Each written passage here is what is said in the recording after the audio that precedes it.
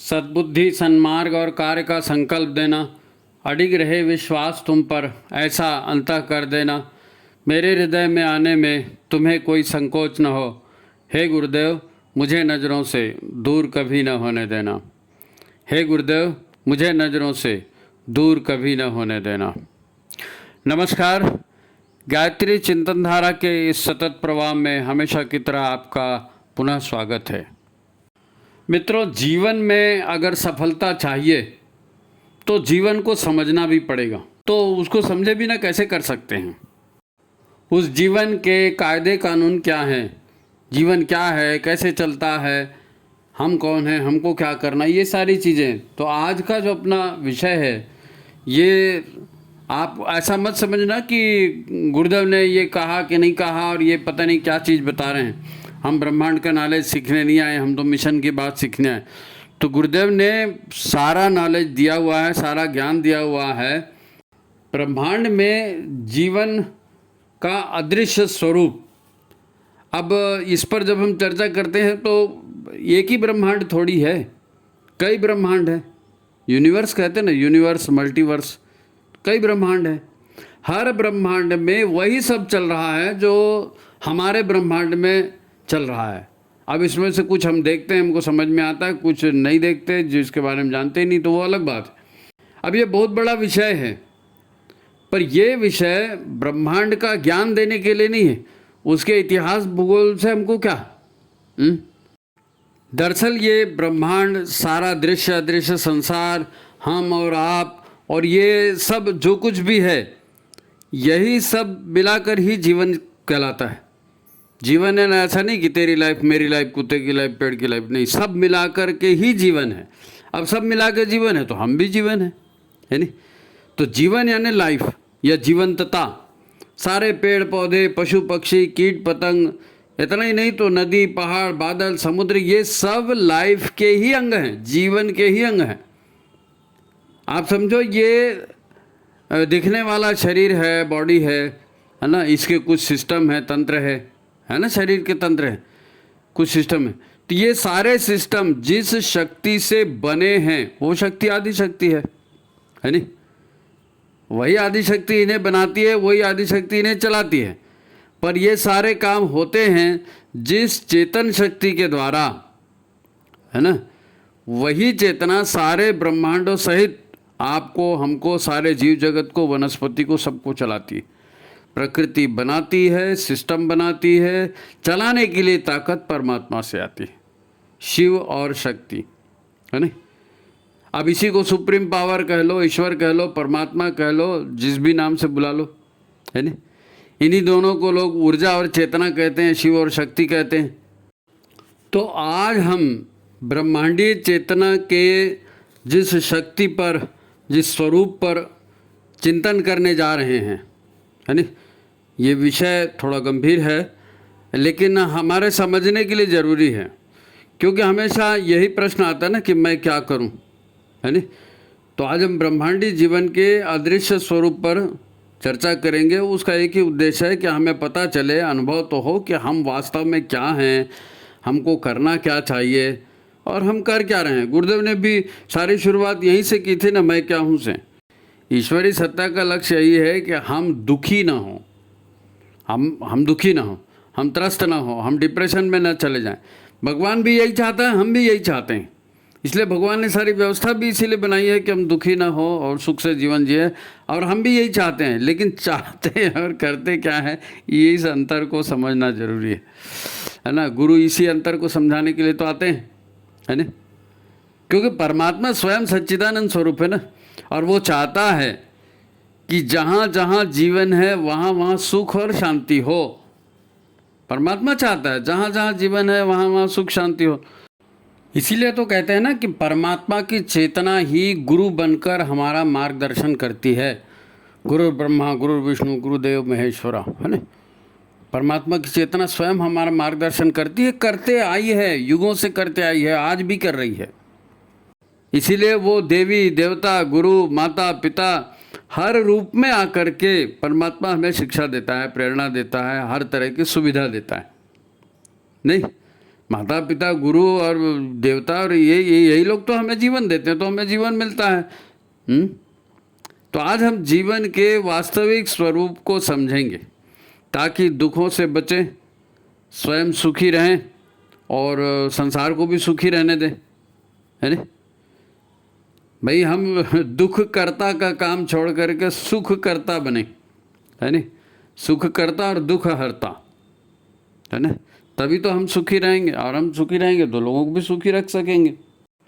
यही तो सच्चा ज्ञान है, यही सच्चा ज्ञान है। आदि शक्ति और शिव, है ना, शिव और शक्ति के संवाद हैं। अमरनाथ गुफा की कथा आपने सुनी होगी, है ना, किस प्रकार वहाँ शक्ति को शिव ने पूरी जीवन की शैली और साधना के सिद्धांत और सब बताए थे। भाई शिव हैं, उन्होंने ही सप्तऋषियों को ज्ञान दिया। और सप्तऋषियों को ज्ञान क्यों दिया? शिव स्वयंभू हैं, आदि शक्ति और शिव स्वयंभू हैं, इनको किन्हीं ने बनाया तो है नहीं। लेकिन ये ज्ञान दे रहे हैं, क्यों दे रहे हैं? ताकि सारा जगत उस ज्ञान को समझे और उस ज्ञान के अनुसार चले, ताकि सबका कल्याण हो। तो सर्वे भवन्तु की सुखिनः, ये ईश्वर से, शिव से ये बात निकली।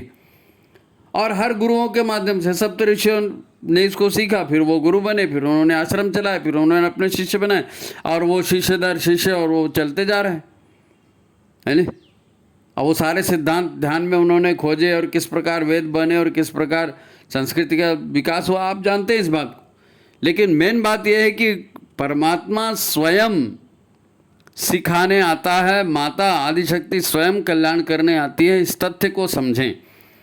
अब अगर इसके बावजूद भी हम दुखी हैं कहीं गए, तो हमको फिर अपने आप का विश्लेषण करना पड़ेगा कि हमारे से गलत क्या हो रहा है, हमारे से गलत क्या हो रहा है। भाई जीवन में सफलता चाहिए तो जीवन को समझना भी पड़ेगा ना। तो इस वीडियो को अपन आगे बढ़ें, इसके पहले आप वीडियो को लाइक कर दीजिए, शेयर कर दीजिए। जिन्होंने चैनल को सब्सक्राइब नहीं किया है वही सब्सक्राइब करेंगे। एक बार सब्सक्राइब कर दिया तो बार बार सब्सक्राइब करने की ज़रूरत नहीं है। तो ठीक है, अपन आगे चलते हैं। ये जो चित्र आप देख रहे हैं, जिसमें एक बड़ा सा शिवलिंग है और उसके नीचे ऐसा हवन कुंड जैसा बना हुआ है, तो ये जो प्रतीक है, ये जो चित्र है, ये जो फोटो है, कवर पेज में भी अपन ने इसी को लगाया है। ये इसीलिए लगाया है कि इसके आधार पर हम उस सिलसिले को देखेंगे, उस क्रम को देखेंगे, किस प्रकार ईश्वर हमारे लिए शिक्षा और ज्ञान लेकर आते हैं और किस प्रकार ईश्वर की शिक्षा हमको फॉलो करनी चाहिए। नहीं तो हमको दुख होगा। दुखों से बचने के लिए ईश्वर की शिक्षा का पालन करना पड़े। ये चित्र है उस सोमनाथ मंदिर का।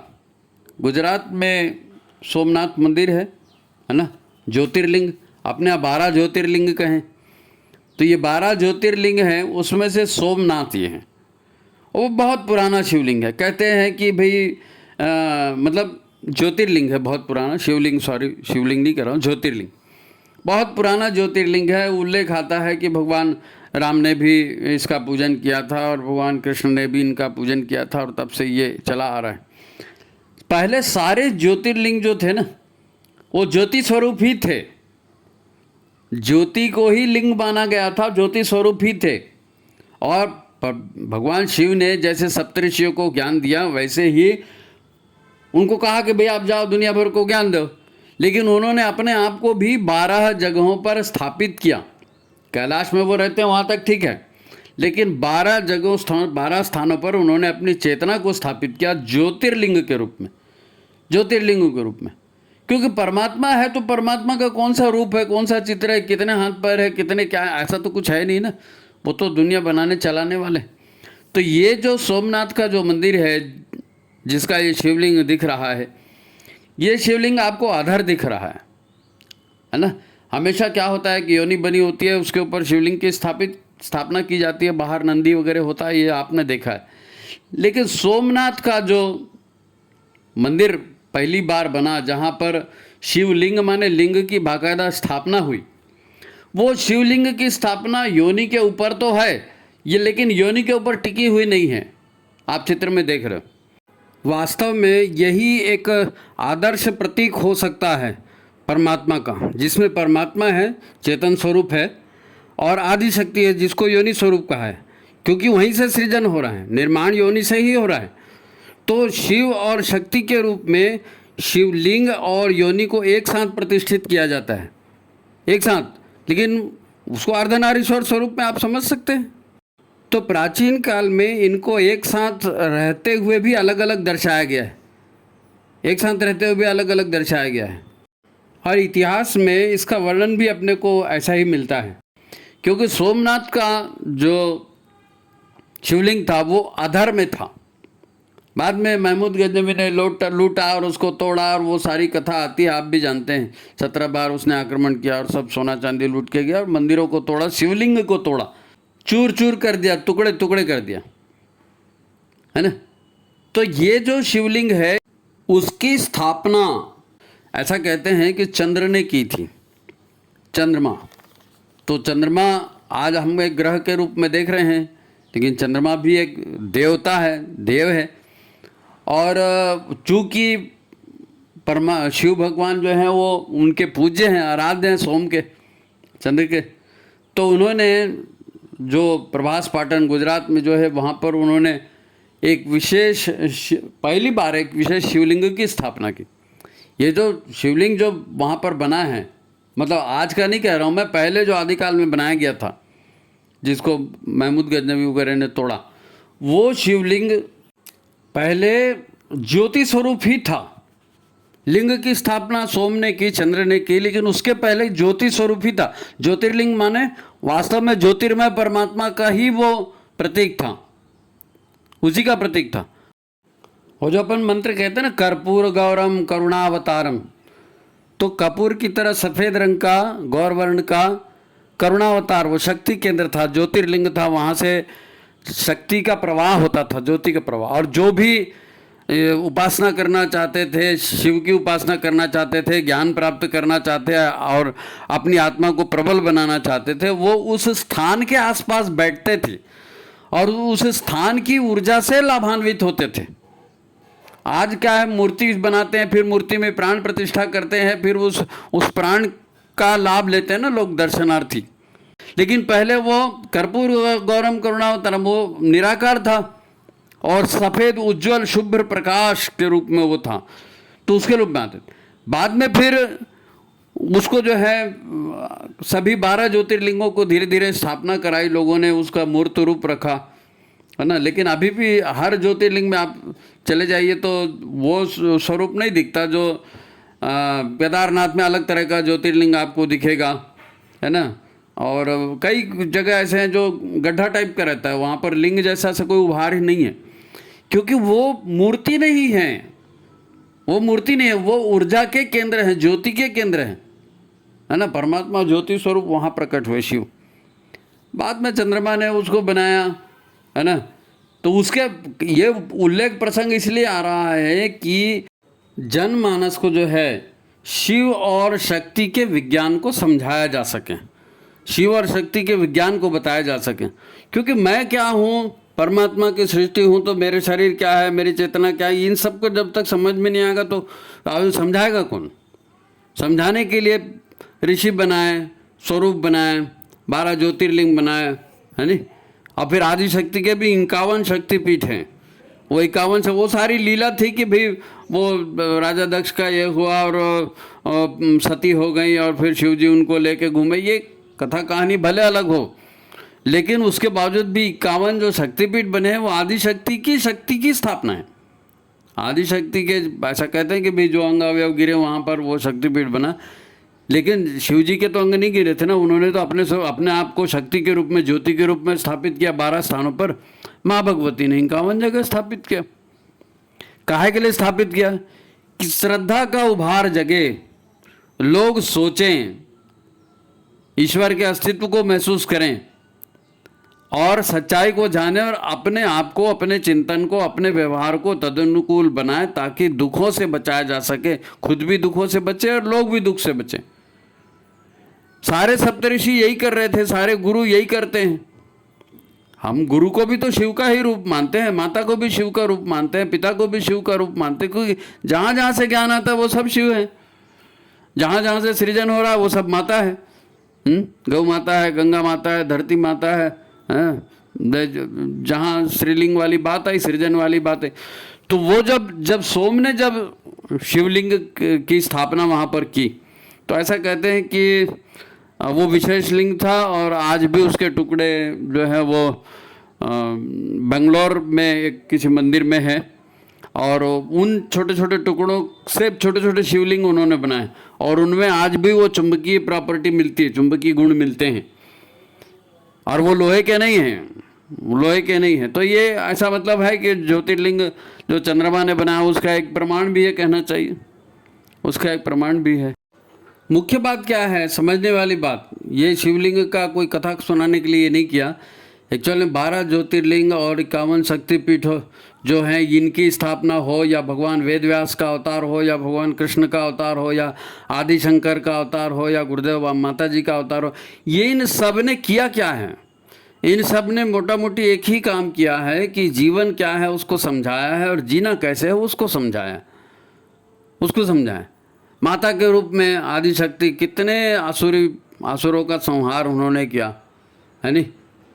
अब उन्होंने निर्माण किया था तो उन्होंने संहार भी किया, उसको ठीक भी किया।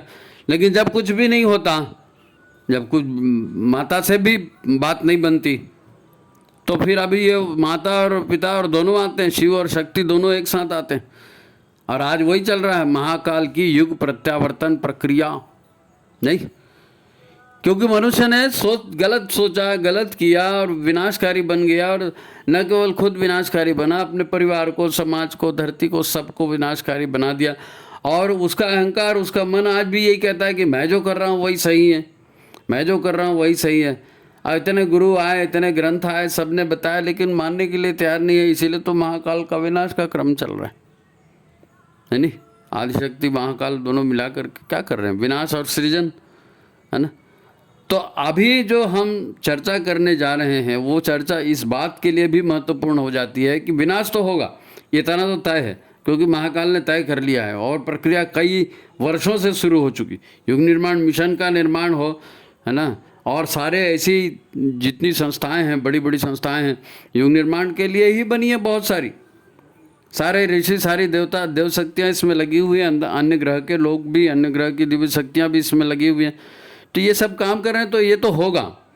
लेकिन हमारे लिए समझने वाली बात है कि गुरु के रूप में परमात्मा हमारे को समझाने के लिए आए हैं जीवन को कैसे जीना चाहिए। तो उसको हम कितना समझें।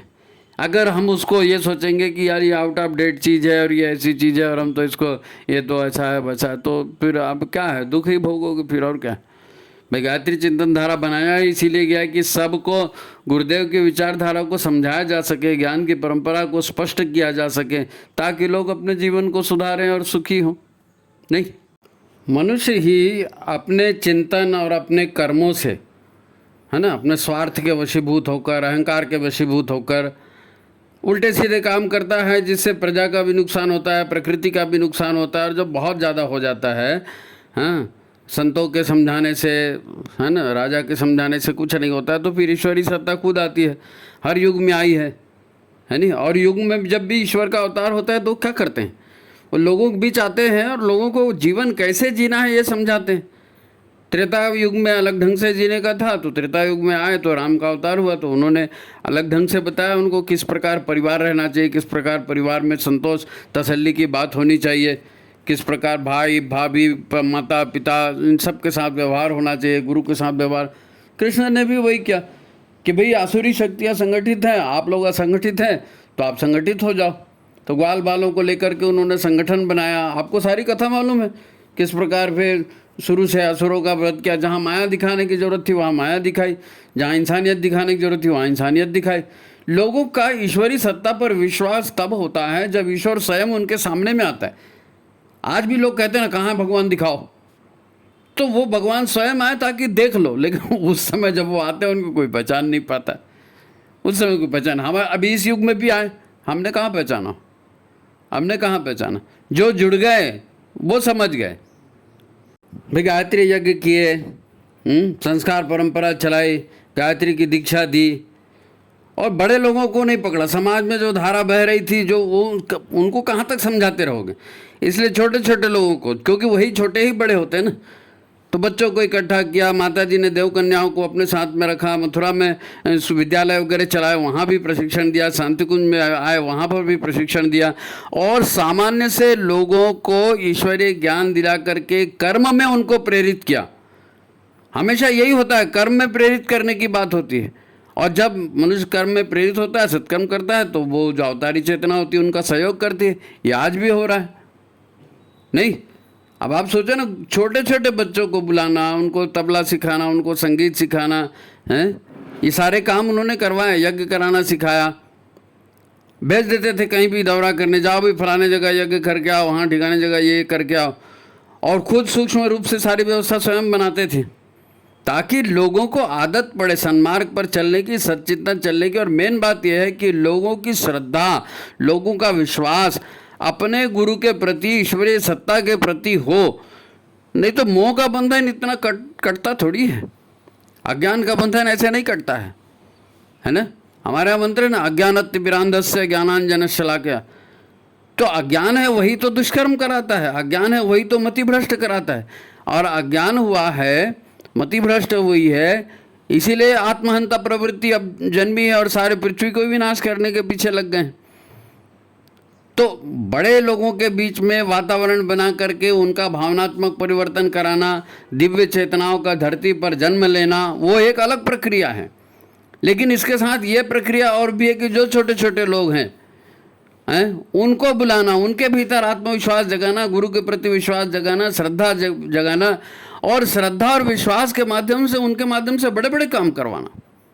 श्रद्धा और विश्वास के माध्यम से बड़े बड़े काम करना, ये पहले भी लोगों ने किया है, पहले भी लोगों ने किया है। जितने राम जी की सेना में जितने लोग थे, या कृष्ण जी के साथ जितने भी ग्वाल बाल थे, ये कृष्ण जी के कहने पर चले, राम के कहने पर चले, तब ना ये बड़े बड़े काम कर पाए। हाँ, उनमें कॉन्फिडेंस नहीं था तो काम, विश्वास, आत्मविश्वास नहीं था, तो आत्मविश्वास गुरु जगाते हैं। कृष्ण ने जगाया था आत्मविश्वास, प्रभु राम ने जगाया था आत्मविश्वास, है ना? तो ब्रह्मांड में जीवन का ये आदर्श व्यावहारिक पारंपरिक स्वरूप है।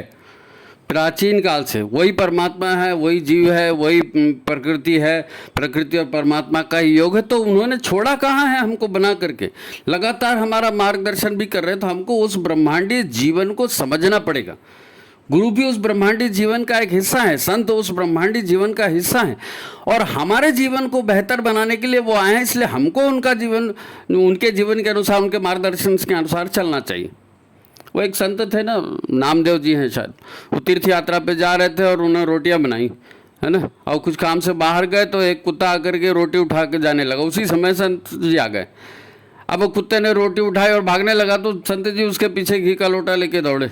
अरे भगवान रुक जाओ, कहाँ सूखी रोटी खा रहे हो, घी भी लगा लो, थोड़ा सा घी भी लगा लो।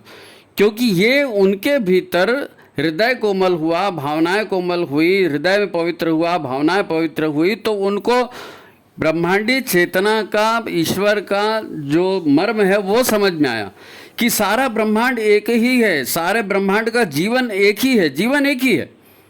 नदी नहीं होगी, वृक्ष नहीं होंगे, पहाड़ नहीं होंगे तो हम भी नहीं होंगे, कीट पतंग नहीं होंगे, मधुमक्खी नहीं होगी, और ये छोटे छोटे कीड़े मकोड़े नहीं होंगे तो हम भी नहीं होंगे, पौधे नहीं होंगे, कपास नहीं बनेगा, कपड़ा नहीं बनेगा, हम क्या करेंगे, किसान का अन्न नहीं उपजाएगा, हम क्या खाएंगे।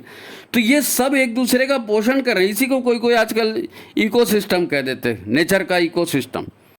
तो गुरु के रूप में ईश्वर आते हैं, हमारे घर तक आते हैं, हमको अपने आश्रम तक बुलाते हैं, सिर्फ यही बताने के लिए कि दुर्बुद्धि से बाहर आओ, दुष्कर्मों से बाहर आओ, दुष्चिंतन से बाहर आओ, और आत्म परिशोधन करो, आत्म परिष्कार करो। जब अंतःकरण शुद्ध होता है तो भावनाएं पवित्र होती हैं, और इन्हीं भावनाओं को पवित्र करने के लिए ही तो हमें साधना का उपक्रम दिया है। अच्छा, ईश्वर गुरु रूप आते हैं तो उसके पीछे भी मतलब लॉजिक है ना, लॉजिक है। क्योंकि खाली भाषण से, खाली प्रवचन से, खाली किताबों से व्यक्ति नहीं बदलता। गुरु होते हैं आदर्श जीवन जीने वाले होते हैं, वो आदर्शों को आचरण में लाने होते हैं, आचार्य। इसलिए आचार्य सबसे श्रेष्ठ माना, वो आचरण करके दिखाते हैं, उनके शिष्य होते हैं, उनको सदाचरण करते हुए देखते हैं और उनको पता चलता है कि सदाचरण से कोई नुकसान नहीं है, सदाचरण से मन शांत होता है, हृदय पवित्र होता है, शरीर स्वस्थ होता है, सब मिलजुल कर प्रेम से रहते हैं तो अच्छा जीवन बनता है, धरती पे स्वर्ग बनता है। ये यकीन होता है, ये विश्वास होता है। और ये विश्वास हम प्रत्यक्ष देखते हैं गुरु के जीवन को तब होता है, किताबों से पढ़कर नहीं होता कि हाँ जी फलाने जी आए थे उन्होंने ये कह दिया तो हम भी करना शुरू करें, फिर एंड टाइम में आदमी भसक जाता है। आचार्य, गुरु आचार्य बनकर आए और हमको ऐसे आचार्य प्राप्त हुए, इससे बेहतर और क्या हो सकता है ना। तो गुरु आने से जो हमको जो सबसे बड़ा लाभ होता है वो ये होता है कि जीवन में श्रद्धा का उदय होता है। श्रद्धा, हमारे भी गुरु ने हमको विकास की क्या परिभाषा बताई, सजल श्रद्धा और प्रखर प्रज्ञा। अगर श्रद्धा नहीं जगेगी तो अनुसरण किसका करोगे? मन के पीछे जाओगे तो मन तो भोगों में ले जाएगा, भोग रोग में ले जाएंगे, रोग विनाश में ले जाएंगे। श्रद्धा होगी तो श्रेष्ठ आचरण के लिए गुरु का अनुसरण करेंगे, परमात्मा के आदेशों का अनुसरण करेंगे, परमात्मा की भक्ति करेंगे, गुरु की भक्ति करेंगे, उनके विचारों के अनुसार जिएंगे। ये की पॉइंट है, ये महत्वपूर्ण पॉइंट है। और एक बार अगर श्रद्धा जग गई, हृदय में आ गई, समझ में आ गई, श्रद्धा जो है ना, ये देखो पूरी श्रद्धा से क्या भावनाएं शुद्ध होती है ना, और शुद्ध भावनाओं से ही, पवित्र भावनाओं से ही संसार चलता है। यही शक्ति का आधार है, श्रद्धा शक्ति का आधार है, विश्वास शक्ति का आधार है। श्रद्धा और विश्वास अगर जग जाए, है ना, तो आप कुछ भी, आप जो सोचोगे वो हो जाएगा। श्रद्धा और विश्वास होंगे तो जो सोचोगे वो हो जाता है। इसीलिए गुरु को ईश्वर से बड़ा माना गया है, गुरु को ईश्वर से बड़ा माना गया है। गुरु के आचरण को देखकर, है ना, उनकी पवित्रता को देखकर भीतर में श्रद्धा जगती है, और लगातार श्रद्धा जगती है। हम लगातार गुरु को अपना समझते हैं। भाई उपासना क्या है? लगातार गुरु का चिंतन करना, उनके विचारों का चिंतन करना। ये उपासना हमको गुरु से जोड़ती है, ये श्रद्धा हमको गुरु से जोड़ती है, और इसी में शक्ति है, श्रद्धा में ही शक्ति है। श्रद्धावान लभते ज्ञानम, उसी से ज्ञान मिलता है। लगातार आप श्रद्धा जीवन जिएंगे तो ये भक्त का जीवन कहलाता है, भक्त का जीवन कहलाता है। भाई विकास क्या है? यही विकास है। आपने कितने गाड़ी खरीदी, कितना बंगला खरीदा, कितने आपका बैंक बैलेंस हुआ, क्या हुआ, इससे थोड़ी कुछ होता है। होता तो यह है कि आप खुद कितने सुख शांति से जीते हैं और लोगों को कितना सुख शांति से जीने देते हैं। अब गुरु का आगमन युग परिवर्तन के समय में और हमारे लिए मार्गदर्शन कराना, इससे बड़ा सौभाग्य और क्या हो सकता है जी। गुरु आए, उन्होंने श्रद्धा जगाई, गुरु आए, उन्होंने प्रज्ञा को जागृत करने के लिए हमको साधना की पद्धति दी। श्रद्धा और प्रज्ञा जागृत करके हम ईश्वरत्व को प्राप्त कर सकते हैं। भटका हुआ देवता जो है ना, कहा गया, मंदिर बनाया है ना, सोहम अहम तत्वमसि, क्योंकि ब्रह्मांडीय जीवन तो एक ही है ना, जीवन एक ही है। जितना भी आपको ग्रह नक्षत्र शरीर और ये ठोस वस्तु, ये सारी दिखने वाली चीज़ें हैं, ये दिख रही है ना, ये दिख रही है प्रकृति का, आदि शक्ति का रूप है, और चेतना परमात्मा का रूप है। इसी को लेके तो चिंतन कर रहे हैं अपन। तो हमारे भीतर भी परमात्मा की शक्ति काम करती है ना। शरीर तो कितने बार नष्ट हो गया, कितने बार शादियाँ कर लिया, कितने बार बच्चे पैदा कर लिया, कितने बार राजा महाराजे बन गए, चोर डकैत बन गए, न मालूम क्या क्या बन गए, है नहीं। लेकिन चेतना हमारी वही है। अब उस चेतना के ऊपर कुसंस्कार, निगेटिव एनर्जी जम गई है, इसलिए हमारा ईश्वर से योग नहीं हो पा रहा है, क्योंकि ईश्वर सच्चिदानंद स्वरूप है। तो हम अपने चित्त को जब तक सत्य के अनुसार नहीं बनाएंगे तो ईश्वर से योग हमारा नहीं हो पाएगा, और ईश्वर से योग नहीं हो पाएगा तो हम भटकते रहेंगे। दुख, नकारात्मकता हमको दुख देती है ना, क्योंकि किसी को भी कष्ट पहुंचाओ, किसी को भी छल करो, वो कालांतर में घूम फिर के अपने ही ऊपर आ रहा है, क्योंकि सारा जीवन तो एक ही है ना। दूसरे को छलोगे तो बोल, पूरा कर्मफल सिद्धांत इसी पर बना है। क्या आप दूसरों के साथ जो कर्म करोगे वो आपको आप ही के ऊपर आएगा या नहीं, क्या है ये? यही है कि भाई जीवन तो एक ही है, यहाँ दूसरा कोई है ही नहीं ना, यहाँ दूसरा कोई नहीं है। हमको ये भी गुरुदेव हमको यही सिखाते हैं, आत्मवत सर्वभूतेषु, जैसा मैं हूँ ऐसा ही सब है, मैं ही सब में हूँ और सब मुझ में है। कृष्ण ने भी यही कहा है। तो कुल मिलाकर सार क्या निकला? कुल मिलाकर सार यही निकला कि जैसे सागर होता है और सागर में लहरें उठती हैं। अब सागर तो एक ही है, लहरें हजारों लाखों करोड़ों उठते रहती हैं। हर लहर उठती है तो उत्थान को प्राप्त करती है, फिर नीचे जाती है, मनुष्य का जीवन उन्नति करता है, गड्ढे में जाता है, यही सब होते रहता है। लेकिन सागर और लहरें अलग अलग है नहीं। मनुष्य और सृष्टि और परमात्मा और जो भी बोलो, ये सब मिलाकर के जीवन ही है। ये बात जो है ना, इसको कहा गया है कि ब्रह्मांडीय जीवन का अदृश्य रूप, यही ब्रह्मांडीय जीवन का अदृश्य रूप है। एक रूप है जो आजकल हमको दिखाया जाता है, अखबारों में आता है, टीवी में आता है, किताबों में पढ़ाया जाता है, फिल्मों में दिखाया जाता है, एक वो रूप है। अब जो उस रूप पर जाते हैं तो उसके परिणाम उनको उस ढंग से मिलते हैं, क्योंकि वहाँ तो पैसा कमाने के लिए लोगों ने किया ना, जो भी किया है। उनका उद्देश्य थोड़ी कि आप सुखी हो। लेकिन वही ईश्वर जब गुरु बनकर आते हैं और हमारा मार्गदर्शन करते हैं तो एकदम उल्टी स्थिति है। वो हमारे कल्याण के लिए आते हैं, हमारे भले के लिए आते हैं, हमारे पिता स्वरूप बनकर आते हैं, माता स्वरूप बनकर आते हैं। उम्मीद है ये ब्रह्मांडीय जो जीवन है उसका अदृश्य रूप आपको समझ में आया होगा। 2-4 बार सुनिए, बहुत अच्छा ये माता जी का संदेश आज भेजा गया है। गुरु आते हैं और आपको उस स्वार्थ के, हिंसा के, छल के, कपट के दलदल से, अज्ञान के अंधकार से गुरु बाहर निकालने के लिए आते हैं। आचरण करके दिखा रहे हैं और गुरु को देखकर ही भक्ति जागती है, भक्ति से ही सद्भावना जागती है।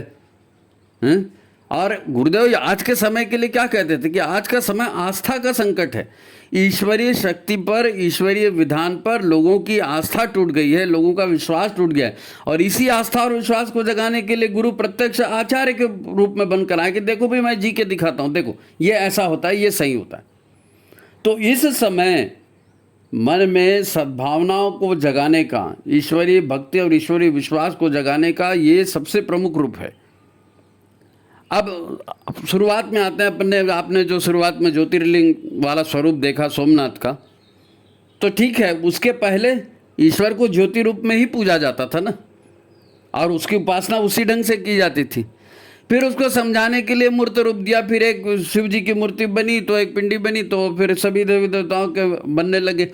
उसके आधार पर लोगों ने शिक्षण देना शुरू किया। भाई वेद बने तो वेदों को समझाने के लिए उपनिषद बने, पुराण बने, गीता। तो ज्ञान ज़्यादा से ज़्यादा लोगों तक पहुँचे और लोग कुछ सीखें, ये ईश्वरीय प्रयास है, ये ईश्वरीय प्रयास है। तो सोम, चंद्रमा के भक्त, चंद्रमा जो है सोम, वो शिव के भक्त थे, तो उन्होंने सबसे पहले एक ऐसा जादुई, वहाँ पर कहना चाहिए जादुई ही कहना चाहिए, आधार वाला शिवलिंग बनाया, आधार वाला शिवलिंग बनाया, है नहीं, और उस आधार पर पूजा करने। लेकिन परमात्मा शक्ति रूप है, वो शक्ति हमारे भीतर जब पिंड नहीं बना था, है ना, लिंग नहीं बना था, तो लोग ऊर्जा से, उसी से डायरेक्ट ऊर्जा प्राप्त करते थे, अपने चक्रों में समाहित करते थे, अपने आप को शुद्ध पवित्र करते थे ना। साधना वो वहाँ ईश्वर की कृपा डायरेक्ट मिल जाती थी, स्वरूप डायरेक्ट मिल जाता था। यहाँ भी आपको यही करना है, यही करना है यहाँ पर भी, है नहीं। अब भक्तों ने ज्योति स्वरूप परमात्मा को अलग अलग आकार दे दिए हैं, तो उसमें भटकने की आवश्यकता नहीं है। लिंग शब्द जो है ना, ये अस्तित्व का द्योतक है। लिंग क्या है? अस्तित्व का द्योतक है। स्त्रीलिंग है, पुल्लिंग है, अच्छा महिला है, पुरुष है, नहीं, लिंग जो है अस्तित्व का द्योतक, चेतना है। अब उसका अस्तित्व क्या दिखाओगे? तो बोल दिया लिंग स्वरूप है नहीं। सृजन करने वाले को योनि स्वरूप बना दिया, शिव और शक्ति, शक्ति से सृजन हुआ है तो शक्ति को योनि स्वरूप बना दिया, शिव और शक्ति का ये तालमेल बना दिया। ये विश्व ब्रह्मांड का अदृश्य रूप है, इसको समझना है, हम इसी के अंग हैं, इसको समझना है। गुरु यही समझाने के लिए हमको आए थे, है नहीं। तो आज का यही विषय था अपना कि सूक्ष्म चेतना किस प्रकार सृजन करती है, हम किस प्रकार उसी के हिस्सा हैं, और हमारा अस्तित्व नहीं है, ईश्वर ही हम हैं, हम ही ईश्वर हैं, है ना। तो उस रूप को समझना, गुरु उसी को समझाने के लिए आए थे, है ना। अमूर्त रूप ईश्वर का मूर्त रूप बनाया, मूर्ति बनाई, तो हमारा भी अमूर्त रूप है, आत्मा है। अब हम जैसे ईश्वर ने सोचा कि एक ओम बहुश्यामी और सृष्टि बन गई ना, ऐसे ही हम कामना करते हैं, वासना करते हैं, भावना करते हैं, और जो हम भावना कामना वासना करते हैं वैसा ही रूप हमारा हो जाता है। सब कुछ वही का वही है। इसी बात को समझाने के लिए ये वीडियो बनाया है। उम्मीद है आपको ये बात समझ में आई होगी। तो फिर ठीक है, वीडियो अगर अच्छा लगा होगा आपको तो ज़्यादा से ज़्यादा लोगों तक लाइक करिए, शेयर करिए ज़्यादा से ज़्यादा लोगों तक, है ना, और चैनल को बढ़ाने में सहयोग कीजिए। आज की बात यहीं समाप्त करते हैं। सभी को प्रणाम, नमस्कार।